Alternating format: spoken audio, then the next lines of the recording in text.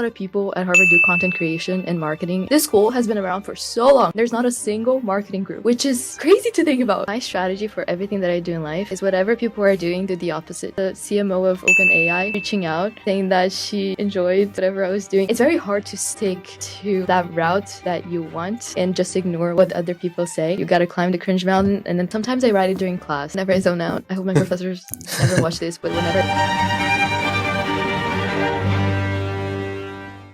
Welcome to Connection Accepted. I'm so excited. Today we have Julia Alvarenga on the pod. Julia, thanks for joining us. Thank you for having me. So Julia, just to kick things off, for the audience's benefit, can you just give a quick overview of your background, who you are? Yes, I am a senior at Harvard studying economics and computer science, but everything that I do revolves around marketing, and that's probably what I want to do for the rest of my life. I grew up in Brazil, in São Paulo, and I moved to the US when I was around 15 and went to high school in Texas. And then from there, I came here. But I grew up doing theater, so grew up as a theater kid. And I think that naturally translated into what I do now. Love talking to people. I actually used to be a very shy kid, and I would avoid people at all costs. And that's why I started doing theater.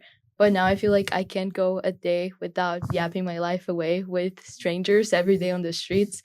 So I've changed a lot since my first beginnings in the theater space, transitioning into marketing. But that's who I am.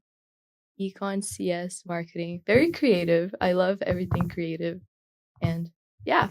Can you talk a little bit more about the being a shy kid and then what changed? Yes.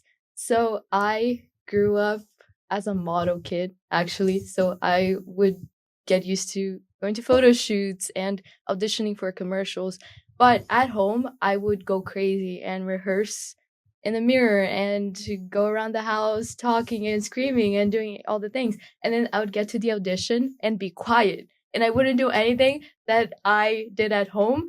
And so because of that, I started doing theater to kind of let all the energy out and be more comfortable talking to people. And so I started getting into school plays. So I played a bunch of roles, but I think the most defining one was Dorothy in The Wizard of Oz. It was a school play, so it wasn't anything huge, but I performed to, 700 people-ish. And so that was the moment I was like, whoa, okay, this is so fun. I love doing this. And I guess I've changed and I'm not shy anymore. So I guess theater made me into who I am. And it was something that I wanted to do for the longest time, but I just didn't know how to get there and how to be more comfortable with people. And that was my avenue to get there. But now I'm no longer shy. Sometimes I run out of energy and people might think I'm shy because I just, there's so much going on every day. Sometimes the energy runs out. But for the most part, I became a different person because of theater. Was this play in high school too? Yes. It was in high school. It was freshman year of high school. And I played, actually, there's a long story to this. So freshman year of high school, I was still in Brazil and I played Dorothy, right? But then I didn't really speak English. And so that's the reason why I went sophomore year instead of freshman year, because I failed the TOEFL proficiency exam. And so once I got to the US, I couldn't really speak English and I couldn't really do theater anymore. And so how can I express myself in different ways? So that's how I found dance. But I also didn't know how to dance. So I had to learn how to dance. And for a year, I would just practice in the living room and do all the things. So I finally joined a competitive team my junior year of high school and then stayed junior and senior year. And then I could speak English at that point. Because once you go into a country and you're forced to speak the language every single day, there's no way you're not going to learn, especially if you're actively trying to learn as much as possible. And so I finally mastered the English language. And so there was a Wizard of Oz play again, and I auditioned. But this time I played Glinda, the Good Witch. So I have this whole story with the Wizard of Oz. And I think kind of guides a lot of the things that I do, like follow the yellow brick road. I know it's kind of silly, but everything that I do, I'm like, okay, follow the yellow brick road. It's there. Just keep going. And that's I don't even remember what the question was, but that's That's a good answer. Can you elaborate on that when you say like it kind of guides how you make decisions and not just in theater, but maybe at school or how you think about like your career, things like that. Like talk a little Yes. more about that. Yes. I think the concept of yellow brick road plays out differently for each person. My yellow brick road is not going to be your yellow brick road. It's not going to be your yellow brick road. And I am very strongly about following whatever you want to do and doing whatever you want to do, regardless of what other people think. A lot of people at Harvard specifically follow the consulting/finance 5 line, which is fair. It's whatever they want to do. And I was compelled at some point to do the same thing. In fact, initially I was an English major because in high school I also did a lot of poetry. It's something that I'm really attached to, writing and, just literature, English in general. And I chose econ instead and then added CS later on, kind of following that mentality. Okay, I'm going to do consulting, I'm going to do finance, and those two are kind of more aligned with that route. But then over time, I went back to the yellow brick road concept. Oh, that's not really my version of that and what I want to do. And so professionally, I'm following what I actually want, which is content creation and marketing and all the creative stuff. But I would say it's very hard to stick to, that route that you want and just ignore what other people say. But that's the concept I hold dear to my heart and just following that intuition. Yeah. It's well, first of all, it's super admirable that like you have the self-awareness to be like, okay, I want to follow my own yellow brick road, which might not look the same as it is for someone else's. And Daniel and I were kind of laughing when you mentioned the consulting thing because we're both current and former consultants. Respect. I love consultants and finance bros. You don't have to hold back with us, by the way. Like, you can tell us what you actually think. But 100%, I think it can be really difficult, especially when you're like at a school like Harvard on campus where so many people kind of like have the same mentality of, oh, this is what success looks like after college, right? It's a clearly defined set of jobs and paths that people go down. Yes. So it's super impressive that you're like trying to chart your own path and follow what's actually interesting to you. Yeah, actually, not a lot of people at Harvard do content creation and marketing in all of those fields. This school has been around for so long. There's not a single marketing group, which is crazy to think about, right? It's and so we finally created one this past year. But just so you guys have an idea of how not common it is to follow the more creative routes. And I'm a content creator, but I'm not a full-time content creator on the Instagram, TikTok sense where I'm just creating videos all the time. And yet, when we talk about Harvard, so many people still reach out to me because, of course, there are more, but they're not enough. It needs to be more appreciated and more recognized in that way.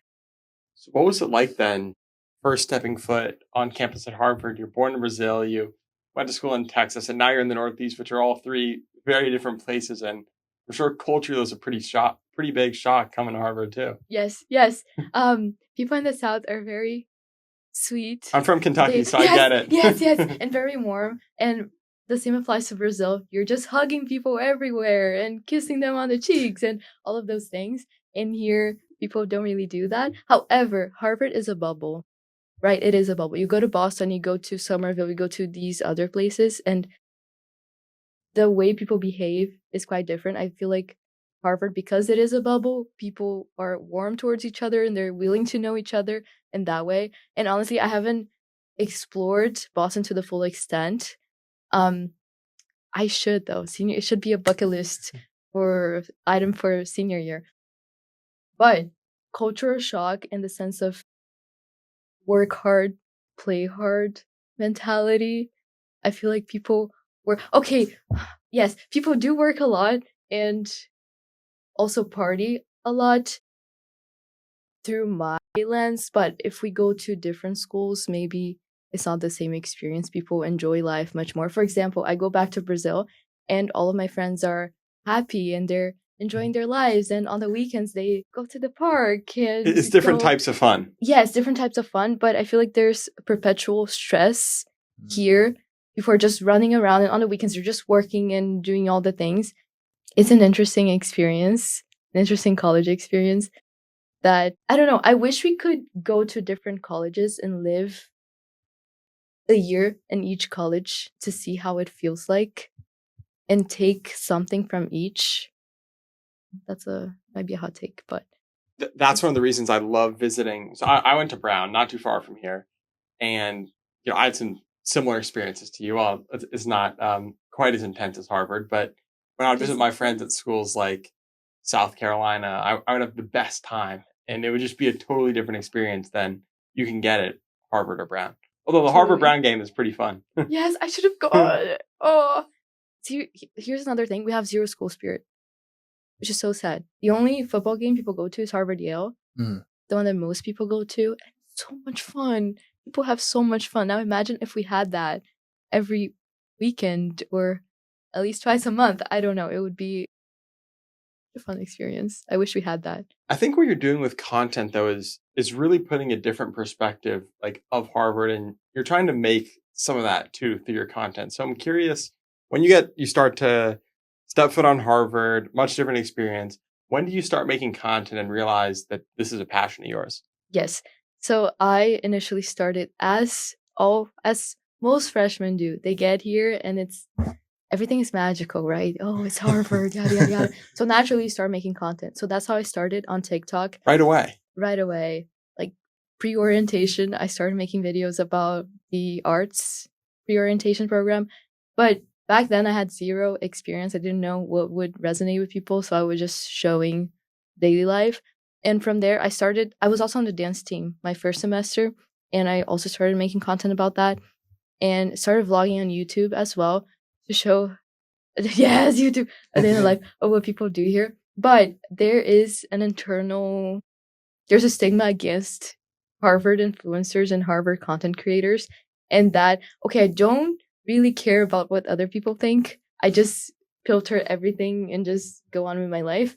But at some point, I stopped doing that for Harvard specifically.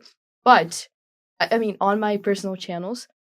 And as I stopped, there was this open opportunity to work with the communications office at Harvard, creating content for the college specifically, as opposed to my personal page.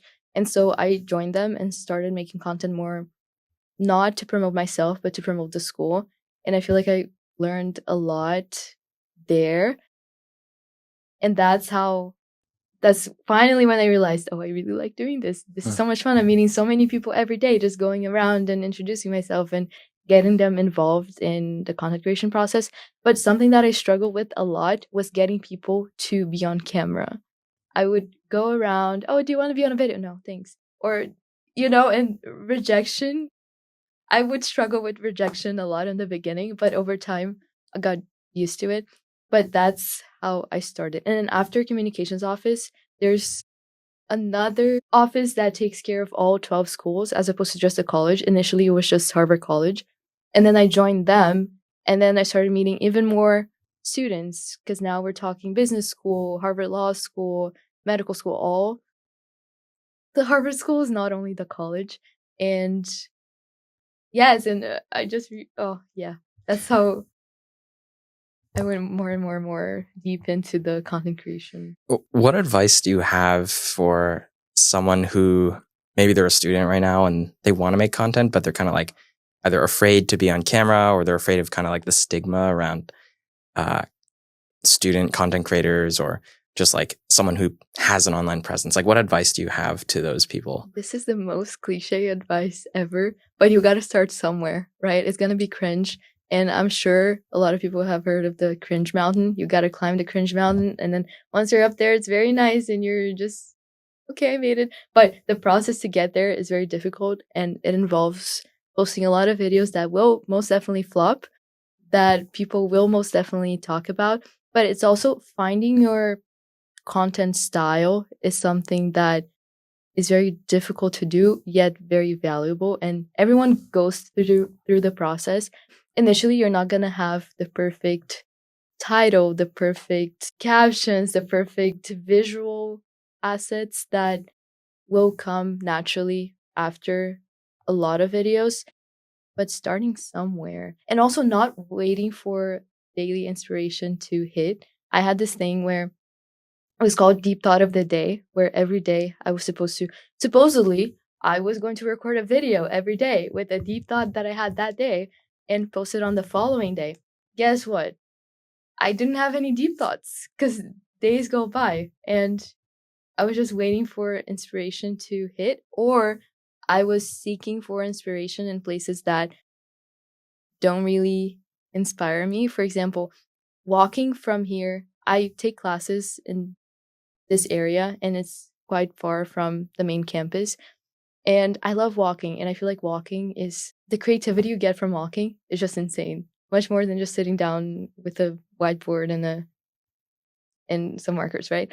And so I would just walk around waiting for ideas and just observing my surroundings, and yet nothing would really. Also, talking to people, I feel like it's a good source of content. But the point is, don't wait. Just go for it and talk to people about it. Look for much like kind of like a startup, right? You need to talk to users to figure out whether or not they want the product. Talk to your friends, check whether or not they want the content you're creating, and then go from there. And don't overthink. That's the. I'm curious, where do you think that? So, like our previous guest, like Allison Chen, talked about biting the cringe bullet. Peter Walker talked about content being a slog for the first 4 months. Where do you think that cringe aspect comes from in college? Because Brown had the same thing. When I was making LinkedIn content at Brown, it is cringe. And Yeah. then it's cringe until it works. And I don't know why it's cringe, like socially. Where do you think that comes from? Like, is it because you're not going the traditional path or I think it comes from jealousy? visibility, maybe jealousy, but it's not usual for people to put themselves out there, right? Everything happens in private. You have your conversations in private. Your thoughts are private. But when everything becomes public, when in a place that is not necessarily common, I feel like that's when the cringe aspect comes out. Also, it's only cringe if you make it cringe. If you own it and if you have this insane confidence, even if it's fake confidence, that inspires other people to think, oh, that person is very Confident. confident in what they do. So I might as well believe in what they do and let them be. I also think it comes from the inside. Initially, I thought it was very cringe and I let other people know that I thought it was cringe. And naturally, they might have thought, oh, that's actually, you're right, it's cringe. But if I go, oh, actually, content creation, it's been helping me so much in my professional life. So many people have been reaching out and there's a lot of value in it. And I think people respect you more once you frame it differently. It's all about the way you frame it, I think. But it could come from jealousy as well, maybe in certain cases. Yeah. What are some of the unexpected benefits of posting online? Oh, people reaching out. Very okay. Before I started creating content, I had this mentality. If I ever blow up, I haven't yet. But I thought if I ever blow up, and I start getting messages, I'm gonna reply to every single message. I'm not gonna leave anyone on the DMs without replying. But then, especially for LinkedIn, I started posting. We can get into the story later, but I started posting because of the startup I was working with, and we were trying to target prosumers at first. And a lot of people started reaching out, and I wanted to reply to all of them, but at some point, I couldn't because there are so many people that I wasn't expecting to reach out. And also job opportunities. I feel like when you create content showing who you really are in a fun way, not necessarily with the intention of getting a job, and then job opportunities suddenly start showing up. What is happening here? Um, wait, also in content creation, there are so many skills that go into it, right? You're talking about writing, which is so valuable these days, especially considering GPT and artificial intelligence can do pretty much everything. But I don't think it has quite mastered the artistry and the creative sensibility that comes from human writing. Yes, it can replicate, but human sentences are so particular, and there's the connections that you make that I don't think it has The emotion. The emotion, yes. I love talking about this. Yes. It's not quite there yet. And so content creation forces you to explore that aspect. I think the strongest content creators are the ones who master storytelling the most. Right? It's a good skill to have. So there's storytelling, there's editing, there's so much that goes into it that translates into whatever professional field you go to. The most remarkable thing that has happened, not the most remarkable, but one of the most remarkable consequences of content creation to me was the CMO of OpenAI reaching out saying that she enjoyed whatever I was doing. Because for context, we both worked at the same place at Harvard. She's a Harvard person and just making herself available for anything. And it's cringe until it isn't. So, yes. That's incredible. The CMO of OpenAI reached out to you over LinkedIn DMs. Over LinkedIn DMs. Oh, flabbergasted. Do you remember after which post it was? After my most viral one on the first day of school. I talked a bit about my junior year. And so she reached out after that. But just so many cool people out there. And you never know who's watching you, who's seeing your content. Right? So many cool people that you have no idea. But that one day might be, if they're looking for somebody for whatever field you're creating content about, they will think of you because you're just there on their page annoying them all the time. When did you start posting on LinkedIn? So I feel like TikTok and Instagram, probably freshman, sophomore year. When was LinkedIn first for you? For TikTok and Instagram, I was never really consistent about it. But on LinkedIn, it was over the summer, around July, mid-July. And of which year? Freshman year? This year. Oh, okay. Yes. So I was working for Third Layer, a YC-backed company, and they're building Dex, which is an AI browser copilot. And we had to market Dex pre-launch just to get people excited about it and show them all the features and what it can do for each target customer segment. And so I started making videos about that and posting on LinkedIn I really didn't know what I was doing. I was just, okay, post and run away and see how it goes later. But I started with video content. And then I saw a lot of people in growth roles in different startups posting consistently about their personal lives and about random things and growing a distribution channel in that way. And so I explored more and more that route while still creating video. Yes, also creating videos. And LinkedIn has a very specific way of creating content, right? The paragraphs need to be short and a sentence max, no, 2 sentences max per thing, and then you need to press some spaces in between. And in the beginning, I would just write long paragraphs without really knowing what I was doing, and just and hope it works. And I remember asking people, "How do you post on LinkedIn? What do you think it works? What doesn't work?" And they weren't really helpful, to be very honest. And I remember this one person who said, "Just follow you will understand one day. Just follow your intuition. Once you start posting more and more, you understand what works and what doesn't." I'm like, how am I supposed to know how? And it took me a few weeks to get there and just studying other people. I feel like closely studying other creators is key and understanding what works. And after I had to come back to school, unfortunately. I love school, but I would rather work. But I had to come back to school, no longer working with Third Layer, and thus no longer necessarily needing to post on LinkedIn consistently. However, I got so much value from starting that I had to continue. And so I still post consistently, and it's great. I feel like I honestly, the more you know, the more you realize what you don't know. And I feel like I still have a lot to learn, but I think I finally mastered the art of posting on LinkedIn. It's very specific. And now I understand my friend who mentioned, "Oh, you understand one day, you just keep doing it until you get it." And it's true, just keep doing it until you get it. Yeah. Well, first of all, I think you get crazy engagement on a lot of your posts. And one thing that I've noticed about your content that especially stands out to me and to Daniel is like the storytelling aspect, and then also like leaning into the authenticity and just like being unafraid to share some of those inner thoughts I think we talked about earlier. Where do you think like you get the courage to like share those things that I think a lot of people on LinkedIn, which is traditionally more buttoned up kind of platform, like a lot of people would be kind of like hesitant to share those. But because you're, going out there and telling the stories about like your personal life and things that are going on in your life, I think it really resonates with a lot of people. So like, where do you get that, the courage to do that?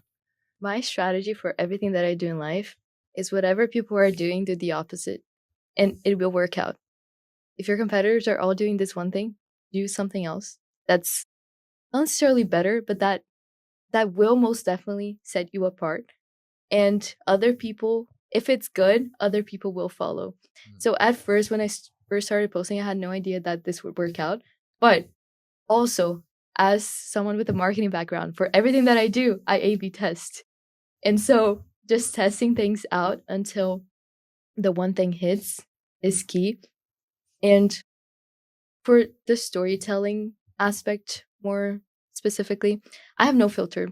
Whenever I'm talking in person, I don't hide my inner thoughts. You will know whatever happens, whatever I'm thinking, you will know. I don't hide anything. Another theory that I live by is that we'll all die one day, so it doesn't matter. Whatever we say, whatever we do, we won't be here in 100 years. So just do whatever, and you will reap the benefits naturally if whatever you're doing is taking you towards your yellow brick road, taking it back to our beginning, to the beginning of this conversation. What were not hiding your inner thoughts. Whatever you're doing, just do the opposite. I think journaling is something that also really helps. To be honest, I don't journal as religiously as I should, because I think it really helps you reflecting on your experiences and then writing about them really helps. But whenever I have a thought, it doesn't matter how unhinged it is, I just write it down on my notes app, and I turn that into a LinkedIn post later on. Not only unhinged thoughts, but really any thoughts. It doesn't matter if I'm in the middle of class where you're not allowed to get any electronics. I will pull out my phone and I will write my thoughts down. I'm in the bathroom. I will get my phone and write my thoughts down. Yes, and not being scared of what other people will think. Because at the end of the day, they're not paying your bills. They're not living your life. You do something that pretty much every other guest, and even Matt and I do, is write all your thoughts down, and whether it's a notes app, Google Doc, whatever. And I think that's a great way to write post. Before we get into your process of how you write post, I want to first ask about A/B testing, something you brought up. And to give the audience some context is when you try two different formats of something, and then you see which one works, and then use that information to make better decisions on social media going forward. So like you might A/B test two thumbnails on YouTube is a great example. For you, LinkedIn doesn't have an A/B test feature. You can't just say, I'm going to post this post and the other one and see which one does better, and, test two different hooks and see which hook does better. So how are you thinking about A/B testing on LinkedIn? I am so annoyed about that, actually, because LinkedIn is not built for creators. And you can really, for example, on Instagram, you have trial reels where you can push videos to non-followers, and then you get engagement from those changing for very specific variables. So you can change captions, and then whatever works, you post again, but changing for a different variable. LinkedIn, you don't have that. So what I used to do is post the same time. So 9 a.m. I always post on 9 a.m. And I think I should test different times, actually, now that I'm thinking about it. But I start with 9 a.m.s and then I post, see how it performed. If it doesn't perform, I just delete it and move on. And at first I was going for How more long? a day, 2 days. If it gets under, now I stopped doing that. The storytelling method works for me, so I just went with that. But at first I was offering advice for people, but what authority do I have if you don't know me? That was in the very beginning, where people didn't know what I do and what I stood for. And so it didn't really make sense for me to offer advice without them knowing. But that's kind of how I A/B tested, and then trying for the storytelling method with the same type of content. Not very effective because, again, LinkedIn is unfortunately not built for creators. And I hope one day they either someone builds a new platform to replace LinkedIn.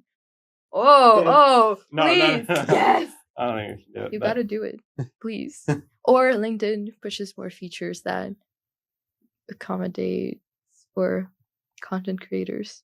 I don't know. It's a dormant platform, right? Most users don't post. They lurk. Yes, LinkedIn lurkers. yes. There's such a big opportunity because of that for creating content that's more out of the norm, I guess. Yeah. Alice and Chen, I think, also brought this up. Like, the bar is so much lower on LinkedIn because there's just not as many people creating good content compared to other platforms. And I think I agree with you. Part of it is probably because LinkedIn hasn't done a great job of making it a attractive place for creators to go in the first place. Like, they don't have a monetization program. There's no way for you to A/B test. The analytics, honestly, are pretty rudimentary. Yes. So completely agree with you there.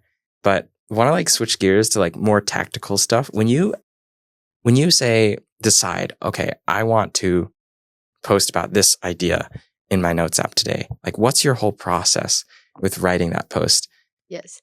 I usually do it from the hours of 1 a.m. to 5 a.m. because that's when I have time. It's very difficult 1 to to find 5. it's very difficult to find time to write it down. And I don't like using chat, at least to come up with the initial idea. I use it to refine it towards what I wanted to sound like.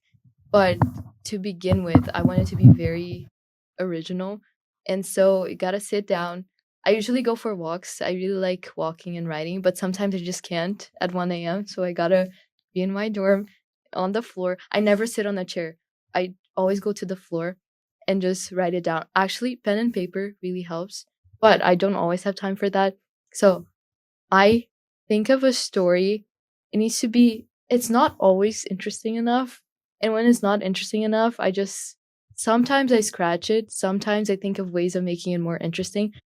But just remembering the facts, but taking whatever happened, but interpreting it very, very subjectively. So I never take whatever happened objectively. I just think of emotions a lot and try to incorporate as many emotions as I can. What was I feeling when that happened? And then I also think of if it involves taste. Even when it doesn't, I think it helps just getting words that associate with whatever topic I'm talking. And then smell and all of the inherently human things and incorporate it into the writing. And I used to be an English major. And so that comes back, and the English major inside me comes back, and I just write like crazy.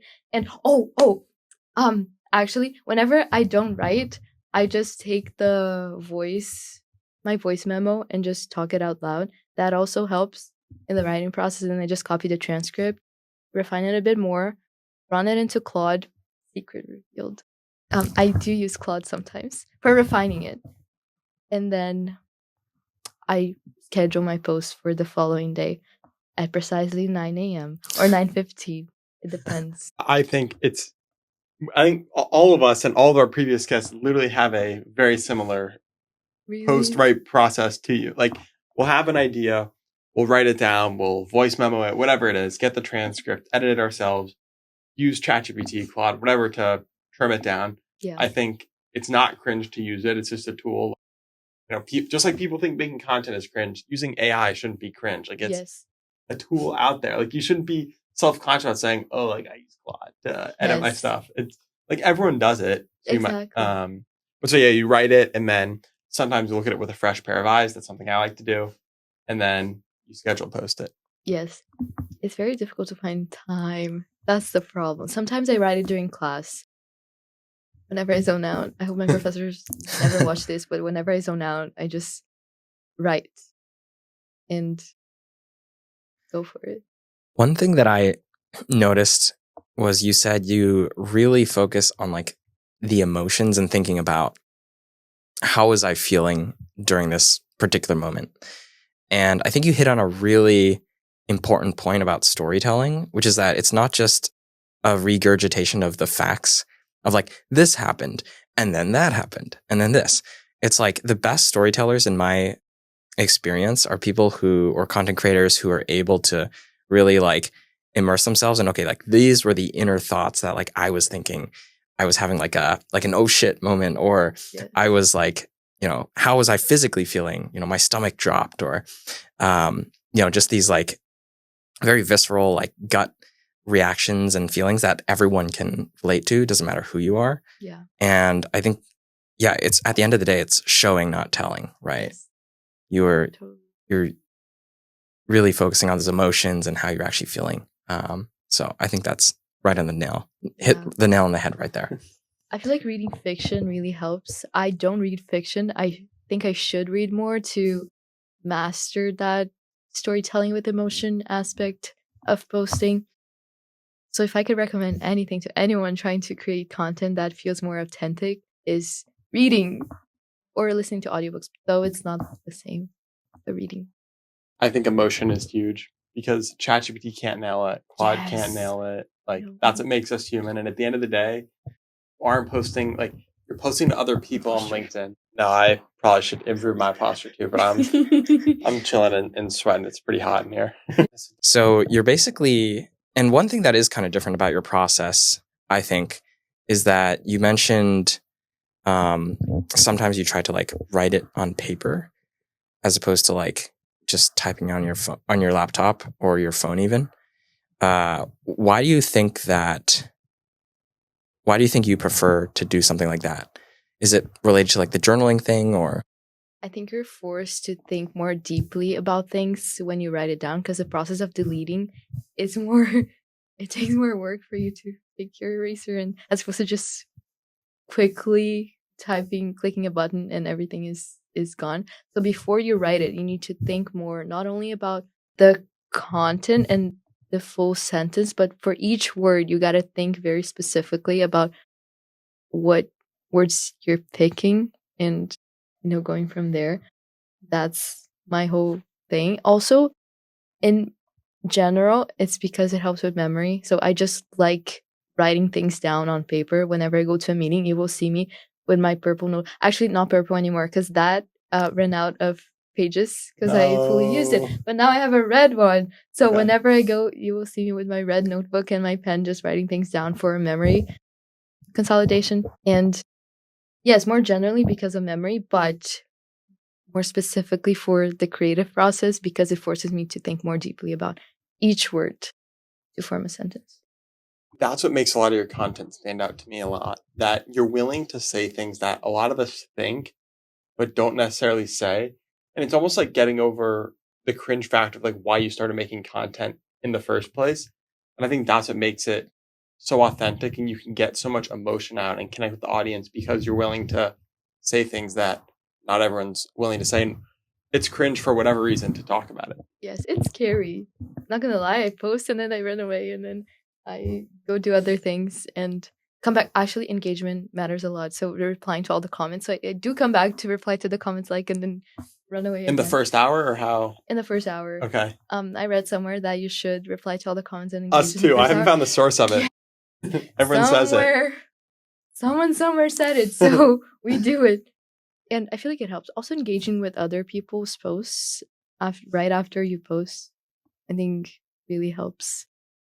Are you spending a lot of time commenting on friends' posts? Because I think comments are a hack too to grow. Yes. The thing is finding the time to do that in between classes and projects and sleep. How do people sleep these days? I don't know. But it's just hard to find the time. But whenever I can, whenever I have some free time, I go and I comment, and I think it's very important. It's just as important as creating is engaging with other people and supporting other people. Even if you're not close friends with whoever's creating content, like showing consistent support over time is very important. Why would people support you and cheer for you and engage with your posts if you're not doing anything for them? I think is... Yeah, I think that's so important, because usually when and myself included, like when I started posting, I think a lot of people think that, well, I just need to start posting like consistently, right, to grow. But I think the engagement piece is actually maybe even more important of like, it's a social network for a reason. It's not just like it's not like your blog, right? Like you're not just like pushing stuff out there and not engaging with your audience.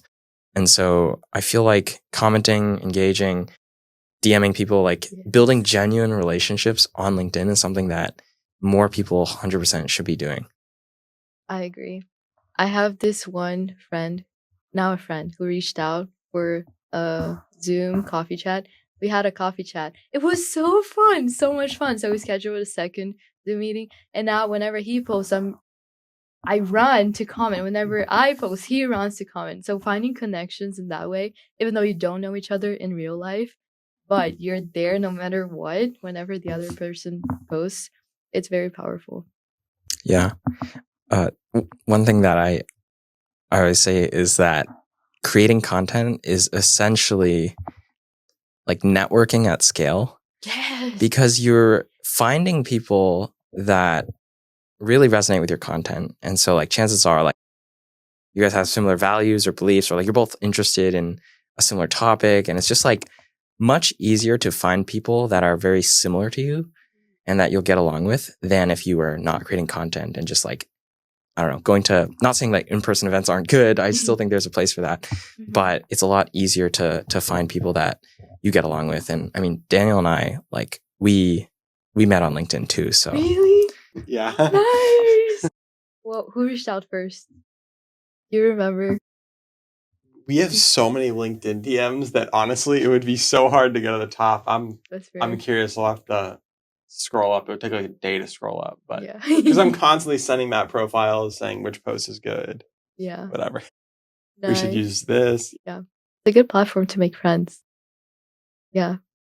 I totally agree. Because everyone, like, I think a hack too for networking, I don't know if you've done this, but like, if you're going to network with someone, if you comment on their stuff too, it increases your odds so much that they're like going to respond to you. Like, it's awesome. Totally. Yeah. I'm kind of scared. Not scared, but I find the concept of networking really, I don't want to say the word cringe, but I'm going to say it. I find it very cringe. Just the idea of networking and trying to connect with someone for the purpose of professional benefits.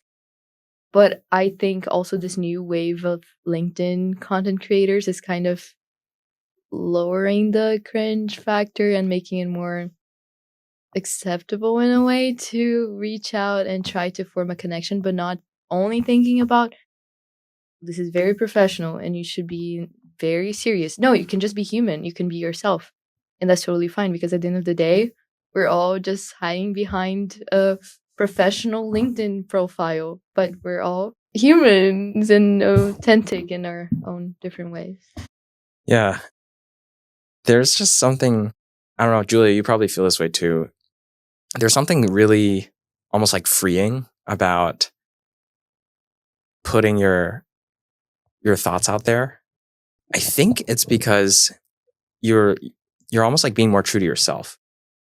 You're not like putting up a persona or a front or and for a lot of people, maybe they feel a little bit like stifled or they're on LinkedIn and they don't really want to post even though they think they have a lot of thoughts. And when you put yourself out there and I mean, I still remember the first time I posted on LinkedIn, I was like, and not like I'm happy to announce that I got a job at BCG kind of thing. The first time I made like a legit post, I remember I posted it and then I ran away from the computer because it felt so cringe. Yes.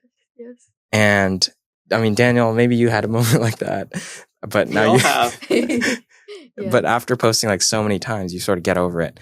And it feels good to like have the freedom of being like, okay, I'm going to put my thoughts out there. And I know that it's like not everyone will resonate with it 100% of the time, but like there are going to always be people that do.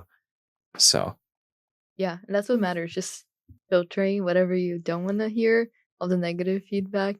Of course, wait, if it's constructive, yes, you should take the constructive feedback. But there will always be your content. If it's viral, it will always be polarizing. Some people will hate it, others will love it. And as long as more people love it than hate it, I think you're okay. the last thing I'll say on that is like the virality piece. So I also post on YouTube and on LinkedIn, and I've noticed you're absolutely right. When a piece of content goes viral, it goes viral for a reason. It's triggering some kind of really strong emotional reaction. And there's just the law of large numbers. Like there's going to be, you hit like 100,000 impressions. There's going to be someone that's like, doesn't have something good to say. And I noticed you made a post recently about like virality for the sake of just going viral doesn't really mean that much if you don't use it to like build trust or, have an end goal in mind. So I just want to dig into that a little bit more. Like, how do you think about like going viral, content creation? What's the end goal? Things like that. Yes. I think some people start creating content just for the sake of virality and think that going viral will solve all of their problems. But it doesn't if you don't have a strong community behind it. So I made a test on Instagram. It wasn't necessarily on TikTok, but went to Instagram and I was trying to make my videos go viral on purpose because I never really tried. My sole purpose is to build a community. And so I post videos not necessarily thinking about numbers. And I shouldn't do that. Maybe I should think more about numbers. But for that specific set of content, I made it a goal to go viral. And so I grabbed a hook, I grabbed a short form that works, and it went viral. And I got nothing from it. I think I get more from my videos that don't have as many views, but build community and get me followers. And following, if you follow someone, it means that you want to see more of their content, right? And so I think that should be the main metric, not necessarily the number of impressions that you're getting, but the number of followers that you get. And going viral, yes, should be the goal. Should be the goal once you have a community, right? But you shouldn't have going viral shouldn't be your only goal. It should be building a community and a community that is so strong that your content will go viral over time. Yes, I think that sums up my thoughts on. Yeah, Okay. Matt and Makes I a have lot been of sense. saying the same thing. And going one step even deeper within the community, we've been thinking to ourselves that something like one of our missions is to create content that we wish we had when we are on LinkedIn. Is there something like that for you or a goal you're taking your audience on when you want people to join your community? Or is that something you've thought about? It's something that I should have thought about more deeply, but I just want people to know that people don't know my story at all, and it's not something I share publicly. And so I want to over time tell my story in depth and hopefully inspire people in that way. But I haven't really thought of a long-term goal I started relatively soon. It was in July, so it's been 4 months. 4 months. Yes. But I should think about long-term strategy. But okay, my 3 main goals for the long term. Talk about marketing. Talk a lot about marketing, especially now with AI. There's so much to uncover with these new tools that are developing. And I want to build a community around that. Definitely. Storytelling by telling my story. And I think that all falls under creativity and artistry in a way. So creating a community of creative people, I think, is my end goal with LinkedIn content creation. Does that answer? Yeah, I think that absolutely answers the question. It sounds like the community that you've been creating and that you want to continue creating is kind of like a group of people that are maybe interested in marketing and like aware of the implications of technology or curious about like how is AI going to influence marketing and are also maybe self-reflective and think beyond just like, okay, how do I go viral, right? Like they want to really understand it and have a good reason for doing or creating the content or going viral. And I think there's a lot of people that are going to be interested in just like following your journey as you figured that out. Hopefully. I don't know. We'll see as we go. What makes you want to choose LinkedIn over? I mean, I know you're posting now more on Instagram and other platforms, but LinkedIn specifically, I mean, you've had a bunch of success with it. what else are the reasons that you love the platform so much? Yes, it's an underutilized platform. First of all, there's a lot of opportunities there, especially for creatives trying to make LinkedIn, trying to take LinkedIn to a more creative route in a way, and less professional, more human, more authentic. Another reason, writing is much faster than video form, and LinkedIn works best with writing and usually a photo.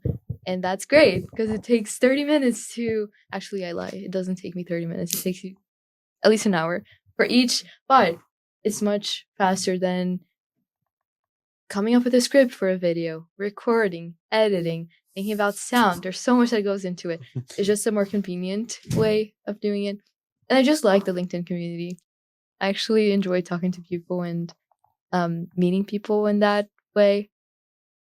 Yeah, those are my main reasons. Us too. I think it's a much more positive community sometimes than Yes. other platforms. And it might be because everyone's name is associated Yes. with the Yes. comments. Yeah, I also really like that. People are more game. You're not getting as many hate comments as you would on TikTok or Instagram. Yes, it's so sad how people need to hide behind a screen to spread hate around. But I'm glad that LinkedIn is. You need to have your face attached.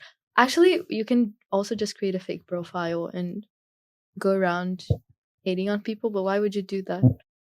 Right. Yes. Yeah, I mean, 100% agree. I was just going to say on the hater comments point, like, I always tell people who are like friends of mine who ask me about, like, hey, I want to get started with content creation, but like, I'm a little bit hesitant because of the online scrutiny and I don't want to get hate comments. And I tell them, well, it's kind of like if you want to get to a certain size, it's kind of par for the course. And over time, as I started on YouTube and I've grown my channel to over 100,000 and obviously more recently growing my LinkedIn audience. One of the things that I've noticed is that you never really stop caring. Like, it's not like I don't feel it when I see a hateful comment or I read someone's like negative comment on a video or on a post. But I think over time, I've just gotten better at not really internalizing it as much. Yes. And you have to have a really strong filter of like, is this constructive criticism versus just like unbased criticism from someone who has never done the thing that you want to do or isn't like in a position of like authority. Or one thing for me is like, I try to only take advice from people that are maybe living the kind of life that I want to live. Yes. And so that's like a really good rule of thumb that served me pretty well. But I completely agree with you. Like dealing with the hate comments and not letting it get to you is so key, especially if you're a creator who's like going viral and new to this whole like, oh, negative criticism from the public and from millions or thousands of people that I don't know hiding behind their screens. Yes. In the beginning of my posting journey, I made a post about Mark Zuckerberg and having a fake Zoom meeting with him because there was a trend going around of somebody else in a Zoom meeting with. Anyway, it was a different trend, but I adapted the trend to Mark because he also came here and he dropped out. And so I thought, oh, I'm going to make the connection. And it went viral. And I got my first hate comment there. And this woman goes, so you have no morals for doing that, something about my morality. And a partner at some big firm she replied to his comment saying, oh, I've lost my trust in your firm because of your comment, yada yada yada. I was like, Whoa. Why are you doing that? And that was my very first interaction with hateful comments in a way, or comments that don't necessarily support you. And I was personally offended for a little bit, for a few minutes, but after I realized people are gonna hate no matter what. And very important to filter and know how to filter accordingly. I want to get more tactical into some LinkedIn rapid fire questions, okay? Yes, let's do it. You started making a bunch of videos. Yes. Your company over the summer. You still make some videos on LinkedIn, but what are your thoughts on LinkedIn video right now? I think it's a way of sending out. Everyone's posting the photos with the text. when you have a video, you have a lot of startup launch videos, and that's most of what the video content you get, at least on my feed. But it might be Us too. No, us too. Yes, That's an yes. easy way to get a bunch of. But you don't really get content that offers value, but in a different route, not in the startup launch video scene. And so I've been trying to work on my editing skills and storytelling skills through video and posting, see how it works. A reason why I do it is because I can also post it on Instagram. So it's 2-in-1, if I'm being very honest. It's just for the. But I prefer video over text more generally because I am including my writing in spoken form, which I enjoy. But I feel like people should post more videos on LinkedIn. I really like them, the ones that are not startup launch videos. Not that I don't like startup launch videos, I do love them. But I also like the other type. What are your thoughts on horizontal versus vertical? Because I've seen you experimenting with both. Yes, vertical doesn't really work for LinkedIn. On LinkedIn, yeah, okay. Yes, they have the specific page for vertical content, right? Yeah, the feed, on mobile, but it doesn't really work. Doesn't So work, I yeah. just go for horizontal on LinkedIn. That's part of my A/B testing LinkedIn experience. What about the power loss? So are most of your posts driving most of your followers? Like, you've had some mega viral posts. Are those where you're literally seeing thousands of people follow you from? Yes, for one of them I got 2,000 followers, but the other ones are not as whoa. Yeah. But I don't really know. I kind of, whenever I post, I kind of have an idea of what will resonate and what won't. Sometimes I post it anyways because I want to get it out there because it's what I'm thinking and what I want to do. Yeah. How many impressions does your most viral post have? I have no idea. You don't check it that much? No, You're not an addict like me. Do you want to pull it up? I can pull it up. This one at 356,000 impressions. It's fascinating to hear that because this is viral on LinkedIn, right? But like you can post on Instagram and get millions of views easily. Yes. Yeah, 350 and 6,000 likes. Yeah, but this is not in different platforms. This is not close to viral, which is interesting. It's fascinating because okay. So low LinkedIn trivia. I guess I'll ask you if you want to participate in a little bit of LinkedIn trivia. How many users are on LinkedIn? 6 billion. No, they're like 8 billion people. I think there are 8 billion people in the world. Wait. No, I don't know. 6 million? There are 1.2 billion people on LinkedIn. Oh. So pretty big. I mean, around 12.5%. I don't know why I said 6 million. So yeah, there are like 1.2 billion people on LinkedIn. What percent of the US do you think is on LinkedIn? 40, 50, 60. 73. Oh. Crazy, right? That is a lot of people. Yeah. And yet they never post. They never post, and they post don't go that viral either. Which is like really crazy to me to think that something, the scale of LinkedIn, you don't get as many impressions. But it feels like when you post something like that, practically everyone has seen it. But we do really live in such a bubble. We do. Wow. We need a new platform. That's what I'm hearing. I don't think we can do it. It would be tough for sure. We could just hop on Lovable and just be like, you know what, let's just vibe code the next LinkedIn. Yes. Can't be that hard, right? Yeah, no. You never know.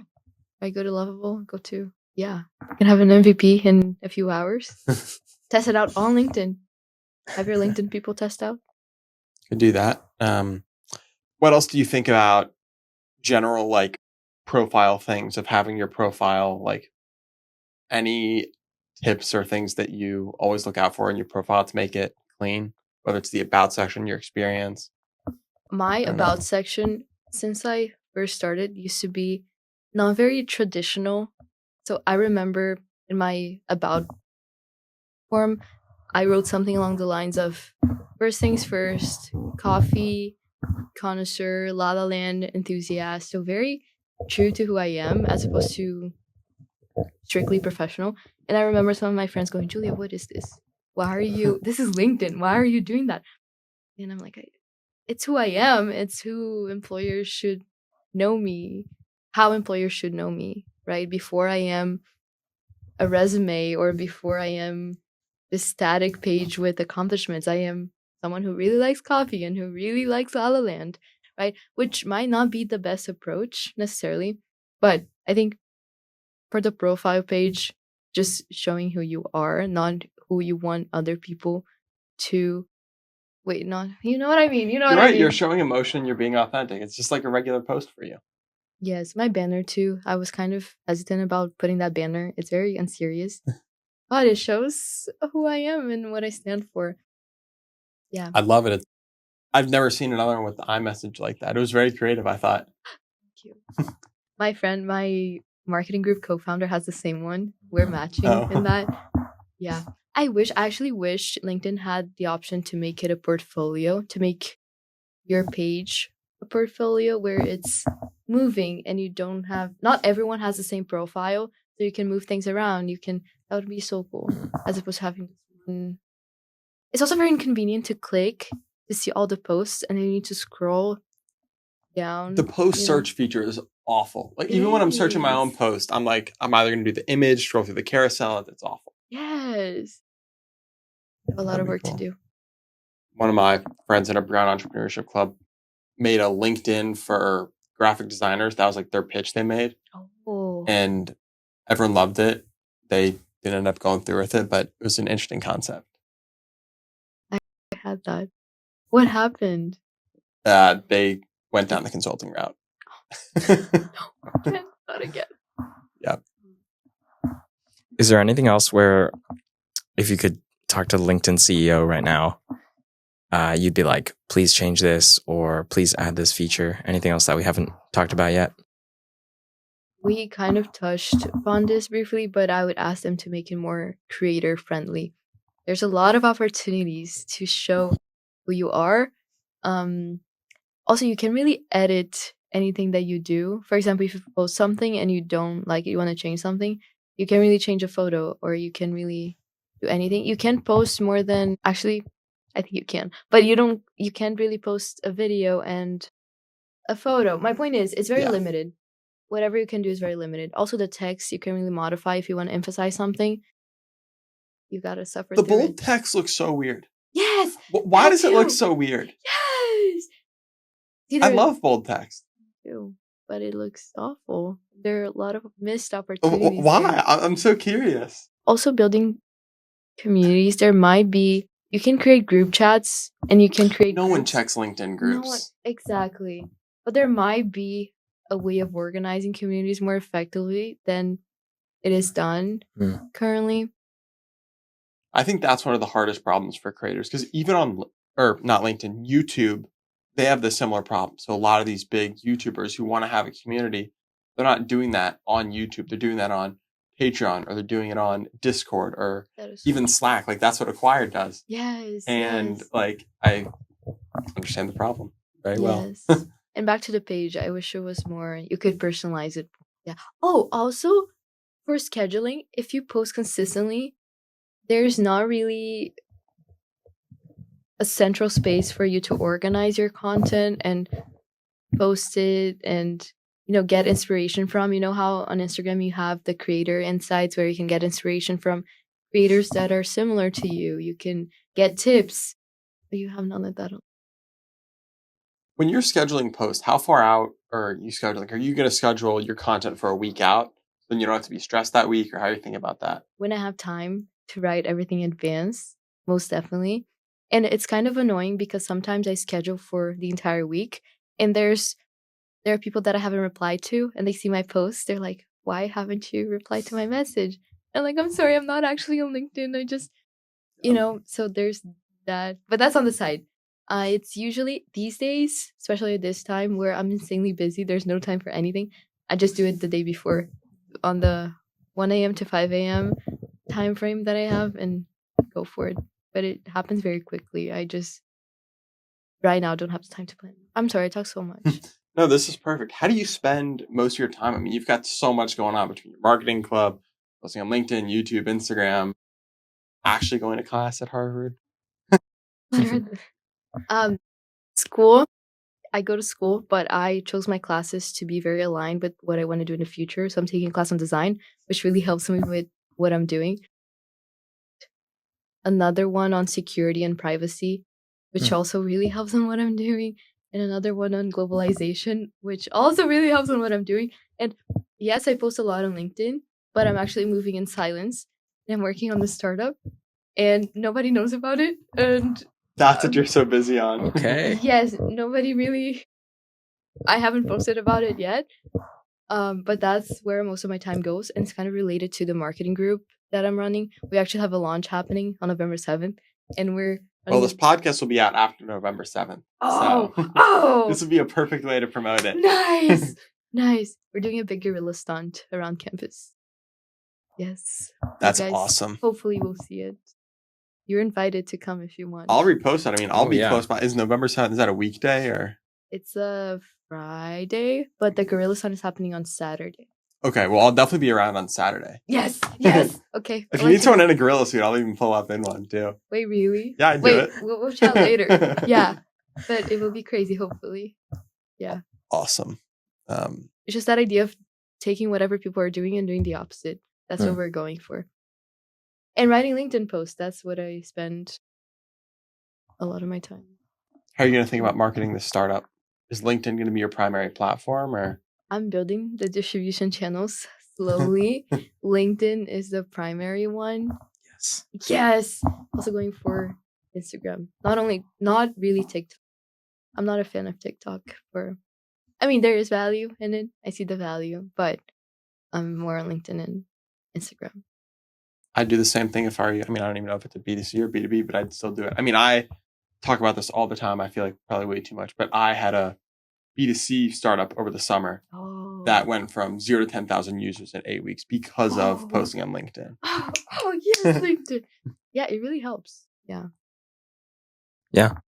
No, LinkedIn is, I feel like, Daniel, you and I were like screaming it from the rooftops, but more people need to realize that LinkedIn is actually a goldmine opportunity in 2026. Like if you're a B2B or even like a B2C business with some sort of angle where you're trying to work with people who are decision makers at companies, then you need to be, it's not like a nice to have, it's like a need to have a presence online. And ideally from the founder or the management or someone high up, not just the company page, because I don't know if you're seeing the same thing, but like a post coming from a person's page is always going to beat a post coming from a company page. Because people want to follow people. They don't want to follow logos or Logos don't have brands. emotion.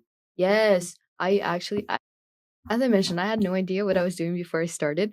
And so I was posting on the company page and it wasn't getting any engagement. For Dex. Yes. And I freaked out and I thought, oh no, let's go to Instagram and try there. But no, the key was just using your personal brand to build the company presence. And the personal brand also stays in the long term.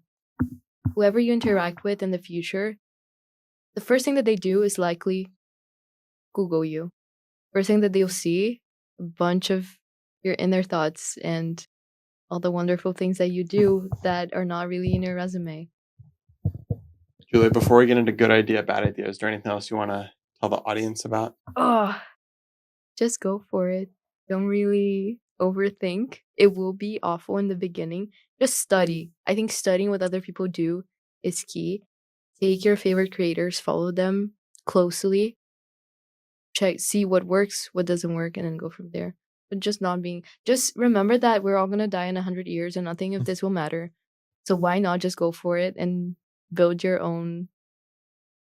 whatever you want to do and build a legacy before it's too late. Facts. You heard it here first.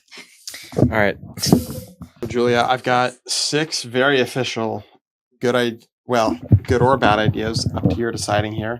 Okay. And I'm going to tell you one and you're going to give us your honest feedback about them, okay? Okay. Sounds good. The first one is a 10-minute YouTube style video on LinkedIn, horizontal. Good idea. Good idea because you go into actually bad idea because people are on LinkedIn, they're usually scrolling after work, during work. They don't really have the time to sit down and watch. And YouTube is there for a reason. If people want long form, they go to YouTube. But I see it in a way you post your short form content on LinkedIn and then a link to your YouTube. So it's I don't know. I don't have formed opinions on this, but for now, it's a no. I think that's a great take. The next one is DMing people who like your posts. Most definitely, yes. If you have a reason to DM them, don't DM them. I don't know. Maybe yes. It's a good take. It's always good to make new connections and make new friends and see where it goes. And if you get ghosted, oh well, you got ghosted. Move on. Next one is LinkedIn stories, like Snapchat. You think that would be a good feature or no? Maybe sometimes you want to post something, but you don't want it to be there long term. Or you want to promote an event that is happening that day, and it's also a way of getting people's feeds more easily, right? Faster, so it's just there. And I think those are boring. The story needs to be very, very good for it to work without a supporting image, but it also depends. These are hard questions because they could totally work, but it's more as an artist, I would rather have some visual asset to follow. But yes, if the writing is good, it will perform no matter what. I like the video and photo. I think it's almost like a second hook. Yes, yes. Last one is removing the profile viewing feature. Is that something you use a lot on LinkedIn or no?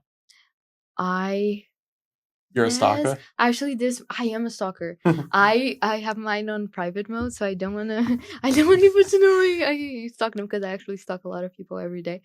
But I like to see whoever viewed my profile. So I guess hypocrisy. Sorry, try that again. Yeah. Do you want to tell us your startup idea and I can give you some crazy ideas for it? Or do you want to wait? Because it isn't going to be posted till after, but there's no pressure. Wait, the launch is for the marketing group, but the startup launch is coming after. Oh. But the marketing group launch is kind of like an avenue to the actual. So it's going to be a little agency for you? Kind of, but not really, but kind of. You will know in the future. I wrap it up. Yeah, I guess last question, Julia. Yes. Where should people go if they want to find you? I think they already know, but you should go to LinkedIn. I'm Julia Alvarenga. Username is Julia S. Can I look at the camera? Yeah. Username is Julia S. Alvarenga. My name on Instagram is also Julia S. Alvarenga because unfortunately somebody somewhere decided to take Julia Alvarenga, so I had to add the S in the middle. For context, my full name is Julia Santos de Alvarenga. Yes, don't go to TikTok because I don't really use TikTok, and my videos there are quite bad. So LinkedIn and Instagram, or you can find me in person on Harvard's campus. Just DM me, and I'll come find you. Thank you for coming on, Julia. Thank you. This was so much fun.